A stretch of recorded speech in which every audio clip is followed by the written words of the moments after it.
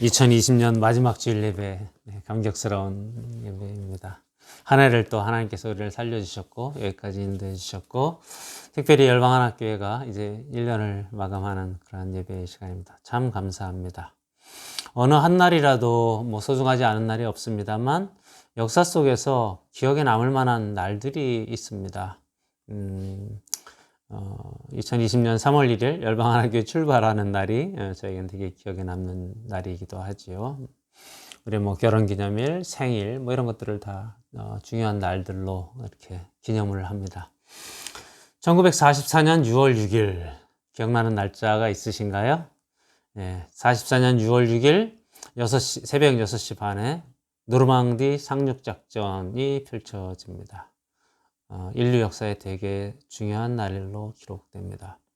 프랑스 노르망디 해변에 연합군이 독일군과 맞서 싸우기 위하여 상륙합니다. 연합군 15만 6천 명이 참여했고 그 중에 10,000명 정도가 사상을 당하고 특별히 4,414명이 죽었다 기록은 그렇게 남기고 있습니다. 그러한 역사적인 사건 속에서 4,000여 명의 죽음을 딛고 연합군은 교두보를 확보합니다. 그리고 결국 그 D-Day 이후 V-Day까지 결국 독일과의 전쟁에서 이기게 됩니다. 그날이 이제 빅토리 데이, V-Day죠. 또 우리는 엊그제 12월 25일 성탄절이라는 날짜를 지냈습니다. 그날도 우리에겐 대단히 소중합니다. 왜 소중합니까? 예수님의 지구 상륙 작전, 예수님의 베들레헴 상륙 작전이 성공한 날이기 때문입니다. 제가 이렇게 말하면 무슨 예수님이 그냥 탄생하신 날이지 무슨 상륙 작전이냐 이렇게 말씀하실 분들이 있는데, 제가 지난 성탄절에 말씀을 묵상하며 이건 정말 상륙 작전이었다 이런 깨달음이 있었습니다. 아시다시피 엘리사벳이라고 하는 한 사가랴의 아내, 나이가 많았습니다. 그래서 아기를 낳을 수 없는 상태였습니다. 그런데 그 아기를 낳을 수 없는 상태의 나이 많은 엘리사벳에게 하나님의 성령이 임해서 엘리사벳이 아기를 갖게 됩니다. 이렇게 예수님의 잉태하기 6개월 전에 엘리사벳이라고 하는 나이 많은 한 여인에게 잉태하는 사건이 벌어집니다. 이거는 왜 그랬을까요? 나중에 마리아가 성령으로 잉태되고 나서 정말 역사 속에서 찾아볼 수 없는 정말 신비하고 기적 같은 일이지만 받아들이기 힘들었던 사건 아니겠습니까? 처녀가 잉태한다는 사건은. 그러나 엘리사벳이 잉태한 사건과 동일하기 때문에 마리아는 엘리사벳을 쫓아갑니다. 엘리사벳은 마리아에게 위로합니다. 엘리사벳을 보는 마리아가 위로를 받습니다. 그리고 마리아 창가가 이제 거기서 터져 나오는 것이죠.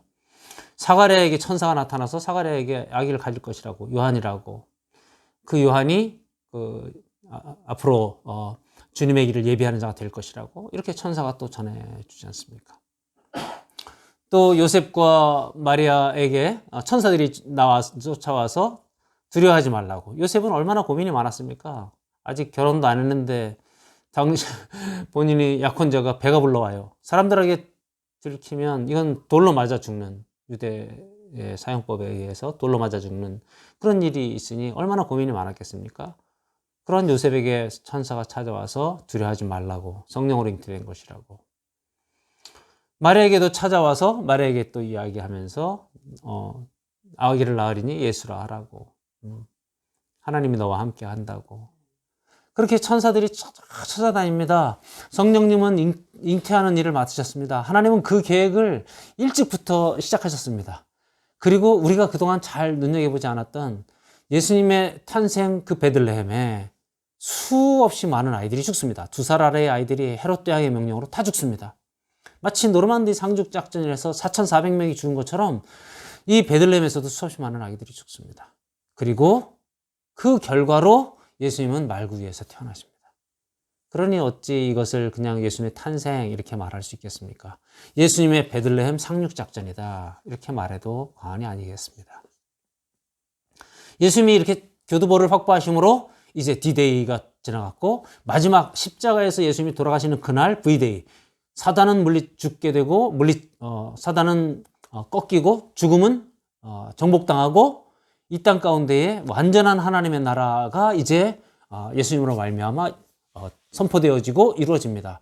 예수님으로 말미암아 그 하나님 나라 안식이 우리 가운데에 주어집니다. 이것이 이 위대한 날들의 이야기입니다. 예수님으로 말미암아 안식이 우리 가운데 왔습니다. 히브리서는 그 안식에 대한 얘기를 지금 하고 있는 것입니다. 그 안식을 들어가지 못한 자들, 안식에 들어간 자들, 앞으로 들어갈 자들에 대한 이야기입니다. 우리, 그들, 너희 이렇게 지난주에 우리가 묵상을 했었죠. 그들은 들어가지 못했다. 다 광야에 엎드러졌다. 이유는 불순종했기 때문에, 믿지 않았기 때문에, 믿음과 결부시키지 않았기 때문에 그들의 마음이 완악했고 미혹당했고 그들이 악한 마음으로 불신했기 때문에 들어가지 못했다. 근데 우리는 어떻습니까? 들어갈 자가 있고 들어가지 못할 자가 있다. 이미 들어간 자도 있고 우리가 들어가려고 애써야 된다, 노력해야 된다. 이것이 오늘의 말씀입니다. 오늘의 말씀을 통해서 안식에 들어가는 것에 대해서 다시 새로운 시각을 갖게 되는 우리 모두가 되기를 간절히 소망합니다. 지난주에 말씀 나누며 이 주일 예배는 그런 안식을 경험하는 매주 그 안식을 경험하는 날이다 이렇게 말씀드렸습니다. 오늘도 하나님의 음성이 들려짐으로 그 안식을 경험하는 우리들이 되었으면 좋겠습니다. 11절은 그렇게 시작하죠. 그러므로 우리가 안식에 들어가기를 힘쓸지니, 안식은 지난주에 말씀드린 것처럼 카타파우시스라고 하는 단어입니다. 이것은 일을 멈추는 것, 지적으로, 정서적으로, 영적으로 모든 것을 멈추고 하나님의 음성을 듣는 것을 의미한다. 안식에 대해서는 지난주에 말씀드렸으니 그 안식에 들어갈 힘쓰라 스푸다조라는 표현을 씁니다. 우리가 에베소서를 묵상할 때에 그때도 스푸다조라는 이야기를 했었습니다. 그것은 4장, 에베소 4장 2절에 보면 성령이 하나 되게 하신 것을 힘써 지키라 이렇게 말씀할 때 그때 스푸다조라는 이야기를 했습니다. 히브리서의 이 저자는 우리로 하여금 이제까지 이렇게 바쁘고 분주한 일상에서 우리에게 안식으로 시야를 돌려라. 그 안식에 들어가는 것이 얼마나 소중한지를 생각하라. 그 안식에 들어가는 것을 힘쓰라, 애쓰라, 노력하라, every effort를 하라. 이런 표현을 쓰고 있습니다. 질문하겠습니다. 우리는 이 땅에서 영원히 사는 자들입니까? 잠시 왔다 가는 자들 맞지요? 그렇다면 우리는 나그네 삶이라고 표현하는 필그림, 나그네라고 하는 표현을 우리는 늘 써왔습니다. 잠시 머물다 가는 사람들입니다. 그럼 어디로 갑니까? 본향으로 갑니다. 아버지 품으로 갑니다. 하나님 나라로 갑니다. 그 안식에 들어갑니다. 믿습니까? 그런데 우리는 왜 영원히 살 것처럼 살죠? 잠시 살다 가는 사람들 아닙니까? 그런데 여기서 왜 이렇게 바쁘게 살아요? 왜 이렇게 모든 것을 손에 쥐고 살려고 해요? 영원히 살 것처럼 살아요. 나그네의 삶을 다른 말로 하면 여행자의 삶입니다. 여행을 많이들 해보셨을 테니 여행이 즐거우려면 몇 가지 그 전제들이 필요합니다. 저도 뭐 여행을 그렇게 뭐 잘하는 편은 아닌 것 같아요. 여행을 하려면 한 4가지 정도가 필요한 것 같습니다. 정리를 해보니. 첫 번째로는 뭘 많이 들고 가면 안 됩니다. 그 맨날 들고 다니느라고 힘들어요. 그러니까 여행이 재미가 없어요. 두 번째는 여행 일정이 너무 빡빡해도 사실은 안 됩니다. 한국인들은 여행을 너무 빡빡하게 해서 여행이 안 되고 아주 고단한 일정이 됩니다. 세 번째 중요한 것은 여행에 최소한의 지도는 있어야 합니다. 여행도 지도도 없이 돌아다니면 그거는 뭐 방랑이지 그건 여행이 아닙니다. 지도는 있어야 됩니다. 내가 어디는 가리라. 거기 가려면 이렇게 가야 된다. 제일 중요한 게 뭘까요? 네 번째, 여행이 끝나면 돌아올 곳이 있어야 여행입니다.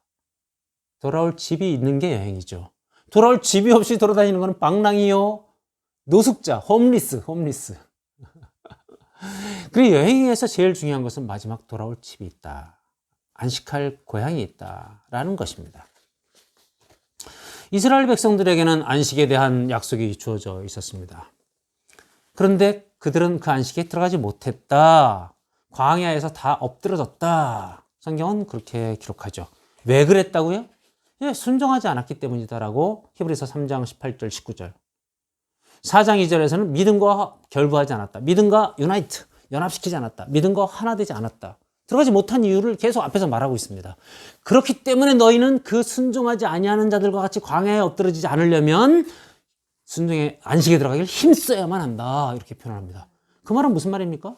들어가지 못하는 자들이 순종하지 않았기 때문에 들어가지 못했으니 너희는 순종하기를 힘써야 된다라는 말입니다. 순종하기를 힘써야 되는 이유는 무엇입니까? 순종이 쉽지 않다. 우리에게 안식의 약속이 우리에게도 주어져 있습니다. 그러니 이제 그 안식에 들어가나 들어가지 못하냐는 열쇠는 우리에게 넘겨져 있습니다. 그래서 이제 스푸다조 하라, 힘쓰라, 순종하기를 힘쓰라. 이것이 우리가 해야 될 일입니다. 전력을 다해서 힘쓰라, 순종하기를 힘쓰라 이런 말입니다. 성경을 보면서 많은 사람들이 이렇게 말합니다. 은혜로 구원받는 거죠. 하나님 하시는 거지 내가 할 일이 뭐가 있어요. 이렇게 말합니다. 에덴 동산에서부터 하나님이 100% 중에서 99.9%는 다 하십니다. 그러나 0.1% 우리들이 할 일을 두십니다. 순종. 에덴 동산의 모든 것을 다 먹어도 좋다. 그러나 선악을 알게 하는 나무의 열과는 먹지 마라. 순종하는 행위를 우리에게 남겨두십니다. 단 한 가지 순종을 요구합니다. 성경은 순종에 대해서 많은 그림들을 보여줍니다. 구약에서는 모세 구출작전. 저는 이게 저한테는 대단히 큰 의미로 다가왔던 어떤 날이 있었는데요. 모세 구출작전, 하나님이 직접 그냥 모세를 건지시면 되지 왜 모세 구출작전에 모세의 어머니 아버지 누나 미리암이 함께 갈대상자를 엮어서 역청을 바르고 그것을 애굽 나일강에다 띄운 것도 아니죠. 갈대사에 잘 두고 멀리서 미리암은 지켜보고 또 바로의 딸 공주가 그걸 건졌을 때 왜 어머니 요게벳을 유모로 갖다 들이대고 왜 이런 일을 합니까? 그게 인간이 할 일입니다. 인간이 할 수 있는 일들은 해야 된다는 겁니다. 그러나 애굽 바로의 딸 공주가 히브리 자식이로다. 그걸 불쌍히 여기도록 하는 일은 하나님이 하신 일이죠.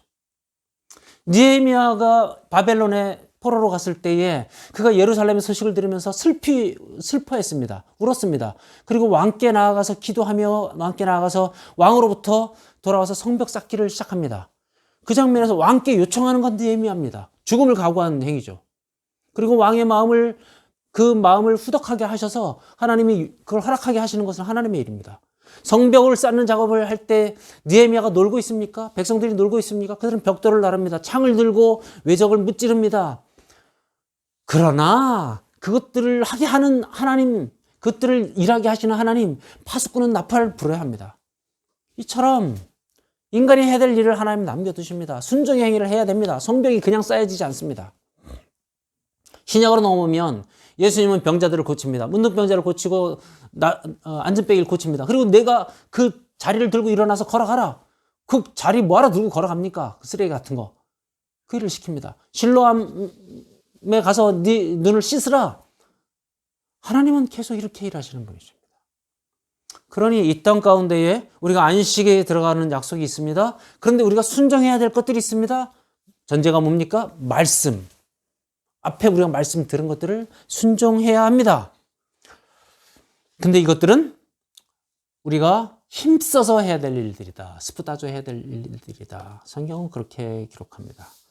여기서 저는 두 가지 장면이 떠오릅니다. 첫째는 운동선수들입니다.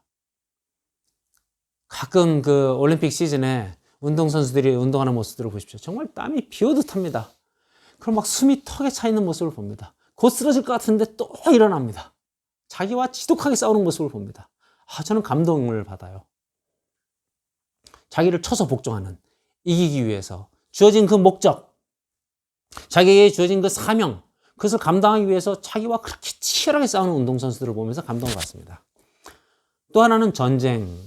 제가 전쟁 영화를 좋아하는 이유가 사실은 그렇습니다. 그 전쟁에 그 군인들에게 주어진 그 전투의 목적, 적으로부터 그 교두보를 탈취하라는 그 사명, 그거 하나를 위해서 죽을 때까지 그곳을 지켜내는 그들, 동료들과 정말 팔다리가 끊겨져 나가는 그 상황에서도 그곳을 지키는, 죽음을 각오하고 그 교두보를 지켜내는 그들, 거기서 저는 감동을 받습니다. 우리는 어떻게 살고 있습니까? 우리는 우리에게 주어진 사명을 가지고 그렇게 살고 있습니까? 우리는 도대체 무엇을 위해 사는 자들입니까? 성경은 우리를 무엇으로 불렀다고 얘기합니까? 나그네라고 불렀지만 그리스도의 군사라고 불렀습니다. 우리가 계속 그동안 묵상했던 이야기이지 않습니까? 우리를 군사로 불렀습니다. 우리 무엇을 위한 군사입니까? 하나님 나라 회복을 위한 군사입니다. 이 땅에 있는 것이나 하늘에 있는 것이 다 통일되게 하려 함이라. 하나님과 깨어졌던 모든 관계들을 화합시키고 화목시키고 회복시키고 연합시키는 일에 부름을 받은, 사단이 점령했던 땅들을 다시 영적 전쟁에서 다시 되찾아오는 그러한 전쟁에 부름받은 우리들 아닙니까? 그 목적을 위해서 우리는 정말 목숨을 걸고 싸우고 있습니까? 그리스도의 군사로 싸우고 있습니까? 한국교회는 지금 어디까지 가 있습니까? 거룩하라 하는데 거룩이 보입니까? 악한 자들이 너무나 많습니다. 매스컴을 뒤덮는 악한 자들의 범죄자들 중에 상당 부분이 기독교인이라는 걸 나타날 때마다 이건 뭘까? 우리에게 복음을 전하기 위해서 이 땅에 피를 뿌리고 순교한 순교자들의 피가 너무나 애통할 것 같습니다. 우리는 나그네 삶을 살되 특별히 군사로 부름받은 자들입니다. 그 사명을 다시 한번 확인하는 이 시간이기를 소망합니다. 12절은 하나님은 말씀은 살았고 운동력이 있어 좌우의 날선 것보다 더 예리하여 우리의 혼과 영과 간절과 골수를 찔러 쪼개고도 남는다는 말씀, 우리가 너무나 잘 외우고 있는 말씀이 갑자기 나옵니다.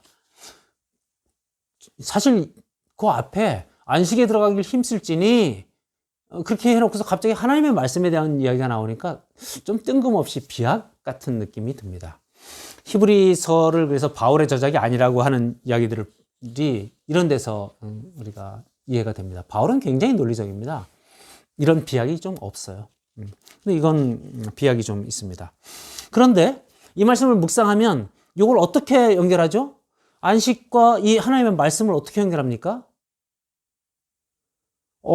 이 하나님의 말씀이라고 하는 단어는 사실은 그 다음 순종이라고 하는 단어와 이 안식이라고 하는 단어를 연결하는 되게 중요한 디딤돌, 징검다리입니다. 안식이라고 하는 것에 들어가려고 하니 뭐가 필요했다고요? 순종이 필요했다. 순종하지 않은 자들이 안식에 들어가지 못했다라고 우리 11절에서 묵상을 했습니다. 안식에 들어가려면 뭐가 필요하다고요? 순종이 필요합니다. 순종 앞에 그럼 뭐가 있어야 돼요? 순종이라는 것은 뭔가 들은 게 있어야 될 거 아니에요. 뭔가 규칙이 있어야 될 거 아니에요. 그 앞에 뭔가 순종한다는 것은 뭔가 이렇게 전제가 있어요. 그게 하나님의 말씀이라는 것이에요. 그렇다면 오늘 이 12절은 우리에게 이렇게 이해가 됩니다. 하나님의 말씀은 특징이 있죠. 살아있고 운동력이 있어서 좌우의 날선 어떤 것보다 예리합니다. 그러다 보니 어떻게 사용되어져요? 우리의 혼과 영과 및 관절과 골수를 찔러 쪼개는 데 사용되어집니다. 이 말은 무슨 말입니까? 하나님의 말씀이 제대로 작동하기 시작하면 우리의 혼과 영과 관절과 골수가 쪼개지고 찔러 쪼개져서 무지하게 고통을 느낄 것이고 그 고통을 느껴서 변하지 않을 수 없을 것이다. 말씀이 우리를 수술하는데 안 바뀔 수가 없다는 겁니다. 말씀이 제대로 들어오기만 하면 성도들은 변화해야 정상입니다. 말씀이 제대로 먹혔다, 말씀이 제대로 들려졌다, 변화는 필수입니다. 변하지 않는다고요? 기독교인이 됐는데 변화가 없다고요? 삶의 변화가 없다고요? 말씀이 제대로 들리지 않은 것인 줄 믿습니다. 아니면 우리가 완고해서 그 말씀을 거부했거나, 그래서 예수님의 비유, 돌짝밭에 떨어진 말씀, 길가에 떨어진 말씀, 가시떨기에 떨어진 말씀, 그 비유가 그거죠. 말씀이 들려집니다. 그런데 돌짝밭이나 길가나 가시떨기에 떨어지면 그 말씀은 열매 맺지 못합니다. 그러나 말씀의 옥토에 떨어지면 말씀은 반드시 30배, 60배, 100배의 결실을 맺도록 되어 있습니다. 그러면 내 말씀을 받아들이는 내 마음의 밭의 상태는 어떻습니까? 우리가 지난 히브리서 3장에서 계속 공부했던 것처럼 그들이 말씀이 믿음과 결부하지 못했던 이유 3가지가 있었습니다. 그들의 마음이 완악했습니다. 완고했습니다. 단단했습니다. hardened mind, hardened heart였습니다. 그게 돌짝밭이라고 말씀드렸지 않습니까? 그 다음에 미혹되었습니다. 이거는 다른 세상 것들이 가득 들어있어서 사단이 채가버립니다. 길가에 떨어진 거나 똑같습니다. 그리고 마지막으로는 악한 마음이 있었다. 이거는 불순종. 말씀이 떨어졌지만 난 그렇게 살지 않을 거야 라고 버티고 오히려 하나님의 말씀을 배척하는, 무시하는 그런 자들의 마음, 이 3가지가 있었지 않습니까? 그러니 이것들을 버리고 옥토로 하나님의 말씀을 받아들이는 옥토가 되어야 합니다. 그러려면 이 3가지에 대해서 우리가 좀 묵상이 좀 필요합니다. 오늘날 순정이 없는 이유는 말씀이 작동하지 않는 것이라고 우리가 조금 전에 선언했죠. 우리가 순종하지 않는 이유는 말씀을 듣지 못해서 작동하지 않거나 아니면 들었음에도 불구하고 이 완고한 마음, 악한 마음, 미혹된 마음 때문에 작동하지 않거나 이 둘 중에 하나가 될 것입니다. 질문을 좀 3가지 정도 던지고자 합니다. 말씀이 들리십니까? 오늘 제 음성이 여러분 귀에 아프게 들리십니까? 안식에 들어가길 힘쓰라 이 말씀에 그래야지 이렇게 마음에 여러분 순응하는 마음이 생깁니까? 여러분 주일마다 강단에서 말씀은 쏟아집니다. 그리고 우리는 성경 공부도 합니다. 수없이 많은 경건서적이 있습니다. 말씀이 넘치고 넘칩니다. 그런데 둘 중에 하나입니다. 제대로 말씀이 전해지지 않거나 내가 듣지 않거나 전하는 자가 문제가 있거나 듣는 자가 문제가 있거나 둘 중에 하나 아니겠습니까? 운동력 있는 말씀인데 운동력 있는 말씀이 선포되는데 그게 작동 안 해요? 그럼 둘 중에 하나죠. 전하는 자가 운동력 있는 진리의 말씀, 십자가 복음, 자기를 부인하라, 자기를 희생하라, 십자가에서 예수님 죽은 것처럼 살아라, 그리스도 대신 사는 것이다, 거룩하라, 성결하라, 기뻐하라, 감사하라, 십자가 복음이 전해지지 않고 있거나 아니면 그거보다 더 좋은 곳에 미혹되어서 듣지 않고 있거나 둘 중에 하나인 것이죠. 한국 교회는 말씀에 가뭄이 있어 보입니다. 가난한 성도가 늘어나고 있습니다. 이유가 뭡니까? 전하는 자가 문제입니까? 듣는 자가 문제입니까? 사실 저는 오늘도 제가 두렵고 떨림으로 말씀을 전합니다. 행여라도 제가 십자가 복음을 혼탁하게 하는 것은 아닌지. 그냥 많은 목사님들이 성도들에게 달달하게 위로하고 잘했어, 뭐 좀 어린아이 하듯이 우쭈쭈쭈 하는 이런 말씀 전하고 있다면 한국 교회는 미래가 없습니다. 아파도 너를 십자가에 못 박으라, 자기를 부인하라, 예수님 그렇게 말씀하셨지 않습니까? 그 말씀이 선포되어야 진리의 말씀이 선포되는 것입니다. 너를 희생하라, 사랑의 수고를 하라, 오래 참으라, 인내하라, 이런 말씀이 계속 선포되어야 하는 줄로 믿습니다. 너한테 안식 가운데 들어갈 때 너는 말씀에 순종해야 된다. 두 번째, 말씀은 들려지는데 사실 이 말씀이 그냥 귀로만 스쳐서 피상적으로 휙 지나가 버리는 말씀이 되는 경우들이 있습니다. 말씀이 제대로 들렸는가? 이렇게 질문해야 합니다. 세상에 도덕과 철학과 교훈은 얼마나 많습니까? 너무나 우리가 선하게 살아라, 착하게 살아라, 다른 종교에도 그런 얘기는 너무나 많습니다. 그것과 똑같다면 기독교는 무슨 차이가 있어요? 아무 종교나 믿으면 되죠. 그런데 기독교는 그런 종교가 아닙니다. 계시의 종교라고 표현하죠. 계시의 종교가 뭡니까? 하나님이 눈을 열어줘야 보인다는 겁니다. 하나님이 눈을 열어주셔야 들린다는 거예요. 하나님이 눈을 열어주셔야 보는 거예요. 성령님이 우리 마음에 오셔서 깨닫게 해주셔야 이것이 깨달아지는 종교라는 겁니다. 그래서 기독교는 어려운 겁니다. 그냥 읽었다고요? 예, 도덕과 철학은 읽어집니다. 성경이 그냥 읽어진다고요? No. 사도 바울은 그래서 나는 비밀을 깨달았다. 그리고서 너희 교회는 이 비밀을 세상에 알려야 하는 자들이다. 내가 이렇게 간단히 썼는데 내가 이렇게 쓰는 것을 보면 너희가 내가 비밀을 깨달은 자로 알지어다 이렇게 표현합니다. 미스테리온, 비밀에 대한 이야기를 많이 합니다. 성경은 그냥 읽어지지 않습니다. 그 비밀, 그 계시는 수없이 우리가 알 수 없었던 것들을 담고 있습니다. 천국을 아세요? 하나님 나라를 아세요? 하나님이 이 땅을 창조하실 때 어떻게 하셨는지 아세요? 성령님이 우리 가운데 마음에서 와서 작동하는 방식을 아세요? 예수님이 죽음을 이기신 방식을 아세요? 천사들이 어떻게 움직이는지 아세요? 우주의 비밀, 탄생의 비밀, 나중에 어떻게 소멸하게 될지를 아세요? 알 수 없어요. 보이지 않는 모든 것들에 대해서 성경은 말합니다. 생명과 죽음과 영원한 것들에 대해서 말합니다. 이것이 이 계시의 말씀, 하나님의 말씀입니다. 그러니 우리는 성령이 감화감동시키거나 성령이 깨닫게 하지 않으면, 성령이 눈을 열어주고 귀를 열어주지 않으면 우리는 듣지도 보지도 경험하지도 못합니다. 대충 읽고 봐서는 절대 알 수 없습니다. 그런데 이것이 어떻게 깨달아집니까? 여러분, 사도행전 17장 11절에는 베레아 교인들을 소개하죠. 베레아 교인들은 데살로니가 사람들보다 더 신사적이어서 그들이 이 말씀이 그러한가요? 날마다 상고했다. 시편 1편은 이 율법을 주야로 묵상하는 자, 그들이 복된 자들이다.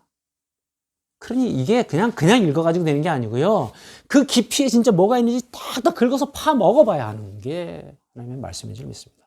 한국 교회는 통독도 많이 합니다. 필사도 많이 합니다. 그런데 왜 잘하지 않아요?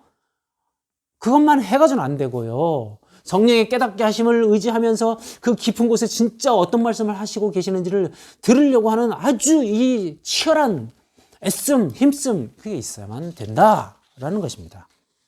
그때에 성령님은 우리로 깨닫게 하실 겁니다. 그때에 우리는 이 여호와의 말씀이 얼마나 달고 오묘한지를 알게 하실 겁니다. 그래서 여호와의 선하심을 순종의 삶으로 살았을 때 여호와의 선하심을 맛보아 알게 될 것입니다. 근데 뭐라고 했어요? 이 순종의 삶이 왜 어렵습니까? 쉽지 않다고 분명히 말씀드렸죠. 이게 얼마나 어렵습니까? 예, 사단은 우리를 계속 순종의 삶에서 벗어나게 해요. 마음을 딱딱하게 해요. 죄 짓게 해요. 죄 짓고 나면 마음이 딱딱해집니다. 이스라엘 백성들처럼. 여러분, 인간관계에서도 그렇잖아요. 서로 불편한 관계, 서로에게 약간 죄된 어떤 관계가 되면 딱딱해집니다. 하나님과의 관계도 딱딱해집니다. 그 단단해진 마음은 죄가 있다는 거예요. 그러니까 죄에 대한 회개가 없이, 죄에 대한 그 눈물 뿌리고 통회하는 것이 없이 하나님 앞에 단단하지 않은 마음으로 나갈 수가 없어요. 옥토가 돼서 나갈 수가 없어요. 그러니까 죄된 것에 대해서 회개하는 심령이 돼야만 옥토가 되어서 주님의 말씀을 받아들일 수가 있습니다. 미혹된 말씀. 우리 일주일 내내 주로 어떤 거를 우리가 섭취합니까? 주로 어떤 말을 듣습니까? 세상 얘기 듣고 텔레비전 듣고 뉴스 듣고 악한 얘기 듣고 그러면서 우리 마음이 촉촉하게 부드럽게 하나님의 말씀이 떨어지는 옥토를 유지할 수 있다고요? 아니에요. 돈 가진 자들의 자랑, 권력 가진 자들의 폭력 이런 걸 보면서 나도 돈을 갖고 싶어. 나도 권력을 갖고 싶어. 그러는 순간 우리 마음은 미혹돼서 미혹된 마음이 되어버리는 거예요. 그리고 때로는 우리 마음속에 있는 깊은 곳에 있는 욕구들, 그냥 내 마음대로 살고 싶은 욕구가 있어요. 하나님의 말씀은 불편해요. 그 악한 마음, 하나님의 마음을 배척하고 하나님을 무시하는 그 악한 마음, 불신하는 마음, 믿음과 결부시키지 않은 마음, 순종하지 않는 마음, 그게 있으면 우리는 순종 불가능합니다. 자문해 봤으면 좋겠습니다. 우리의 마음밭은 지금 어떤 상태입니까? 우리가 듣는 것을 우리는 순종하기로 작정한 그런 마음입니까? 믿음과 결부시켜서 그대로 살기로 작정한 마음입니까? 제가 읽은 책 중에 레리 브리지스라고 하는 사람이 쓴 날마다 1mm씩 자라는 믿음, 이런 책이 있습니다. 1mm씩 밖에 자라지 않는다. 믿음이 조금씩 자란다. 이런 책이죠. 거기서 아주 멋진 얘기를 합니다. 믿음은 당신이 붙드는 것이다. 믿음은 당신이 붙드는 것이다. 그런데 확신은 당신을 붙들어 주는 것이다. 이게 좀 독특하죠. 믿음은 내가 붙드는 것입니다. 그런데 그 믿음을 내가 붙들었을 때 하나님의 성령이 감화하셔서 내게 이 말씀이 옳아. 이게 나그네 삶의 최선의 길이야. 이게 정답이야. 라는 확신이 나한테 오면 그 확신이 나를 붙들어 준다. 이해되십니까? 그 확신이 나한테 왔을 때, 성령님이 감동시켜서 그 확신이 나한테 왔을 때 나는 비로소 순종의 삶을 살 힘을 얻게 돼요. 그때의 그 에너지, 그 디나미스가 나한테 폭발적으로 움직여요. 그 말씀이 나한테 운동력이 있어져요. 이게 순종할 수 있는 힘입니다.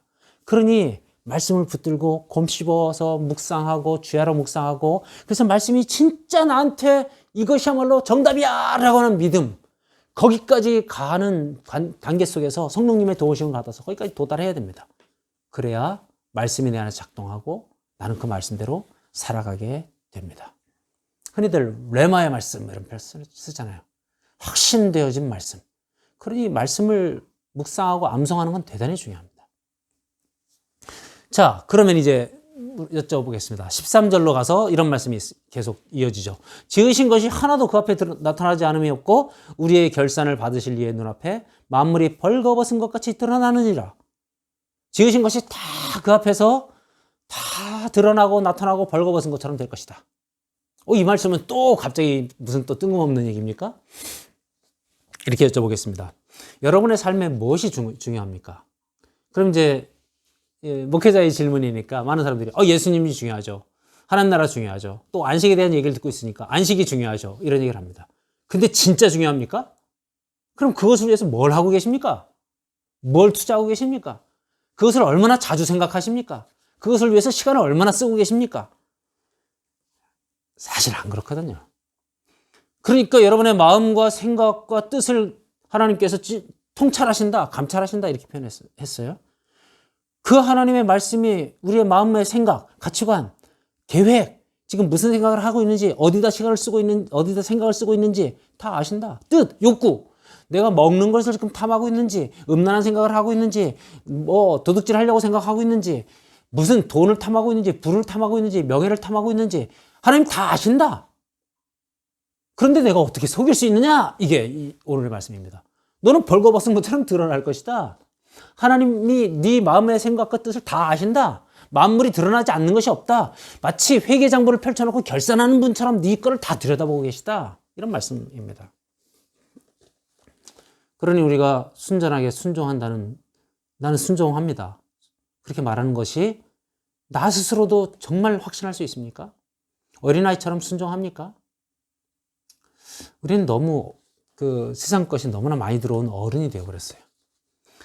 이 말씀을 준비하면서 옛날 어렸을 때 기억이 하나 났습니다. 96년 정도에 제가 저희 가족과 함께 제주도에 가족여행을 한 적이 있습니다. 아들이 한 5살, 6살 이때였을 겁니다. 그런데 제가 장난삼아 그 삼방산 정도였을 것 같습니다. 돌로 다 쫙 이렇게 된 그 약간 그 언덕입니다. 그런데 야, 이거 굴러가면 잘 굴러가겠다. 한번 우리 굴러 내려갈까 그랬더니 아들이 그럴까요? 하고 바로 이 녀석이 진짜 굴으려고 하는 모습을 봤어요. 그래서 야, 이 녀석아, 아빠가 농담한 거야. 안 돼, 안 돼. 이렇게 제가 말렸던 경험이 있습니다. 어린아이 같은 순종은 그 모습 아닐까. 네, 그런 생각이 듭니다. 하나님의 말씀이 떨어졌을 때 그 하나님의 말씀이 이건 진짜 맞는 거야. 무조건 순종하는 그 모습. 아, 성경에 있는 걸 왜 우리 마음대로 잣대를 들이대가지고 이거는 내가 취하고 저거는 버리고 막 이럽니까? 물론 저도 지금 그러고 있어요. 하나님 앞에 회개합니다. 기도합니다. 모든 말씀이 100% 정답인 것을 믿고 그대로 살기를 작정하고 그대로 살아갈 수 있도록 힘을 주십시오. 이렇게 기도합니다. 우리의 마음속에 온갖 재단을 가지고 버릴 거 버리고 우리 욕구대로 이건 내가 할 테니 하나님 눈 감고 계세요 뭐 이러고 이 세상 플랜을 내가 짜고 있지 않습니까? 내가 나를 속일 수 있습니다. 자기 기만할 수 있습니다. 그러나 하나님 속일 수 없습니다. 내가 남을 속일 수 있습니다. 그러나 하나님 속일 수 없습니다. 우리가 거룩한 척 할 수 있습니다. 우리가 하나님 앞에 정말 순종하는 척 할 수 있습니다. 근데 진짜 순종하냐고요? 진짜 거룩하냐고요? 진짜 감사하냐고요? 하나님께 속이지 못합니다. 그게 오늘의 말씀. 하나님 앞에 벌거벗은 것처럼 다 드러나느니라. 마치 결산을 받을 자 앞에 회계장부가 다 드러나는 것처럼 우리의 마음속의 생각과 뜻이 다 드러날 것이다. 그러니 우리는 기도할 수밖에 없습니다. 하나님, 제 마음을 아시는 주님, 용서해 주십시오.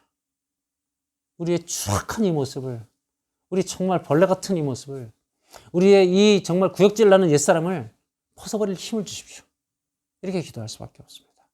그럴 때에 하나님은 우리에게 은혜로 이 말씀을 듣게 하시고 순종할 힘을 주실 줄 믿습니다. 말씀을 정리하고자 합니다. 2020년 한 해를 마감하며 소명을 점검해 봤으면 좋겠습니다. 우리는 어떤 자들입니까? 나그네 같은 자들입니다. 언젠가 안식에 들어갈 자들입니다. 그러나 이 나그네 삶에 그냥 왔다가 가라고, 아주 허무한 삶을 살다가 가라고 그렇게 보내지 않으셨습니다. 그리스도의 군사처럼 살다가 오라고 그렇게 부르셨습니다. 나와 함께 이 싸움을 하자고 그렇게 부르셨습니다. 그래서 하늘에 있는 것이나 땅에 있는 것이나 모든 것이 다 통일되게 하는 일에 나랑 같이 함께 싸우자. 이 사단이 점령한 이 땅을 다시 회복시키는 일에 함께 싸우자. 이러한 부름을 받은 자들입니다. 그래서 운동선수처럼 또 그 군인들처럼 자기를 쳐서 복종시키고 정말 자기를 이기기 위해서 그 땀방울을 흘리는 그들처럼 죽더라도 내가 이 사명을 감당하겠다고 하는 그 군인들처럼 그렇게 살다 가야 하는 것이 우리들의 삶인 줄 믿습니다. 이 20년을 마감하며 그 사명으로 다시 한번 우리를 채우며 그 안식을 소망하고 살아가는 열방 한학교의 성도들 다 되시기를 주님의 이름으로 축원합니다.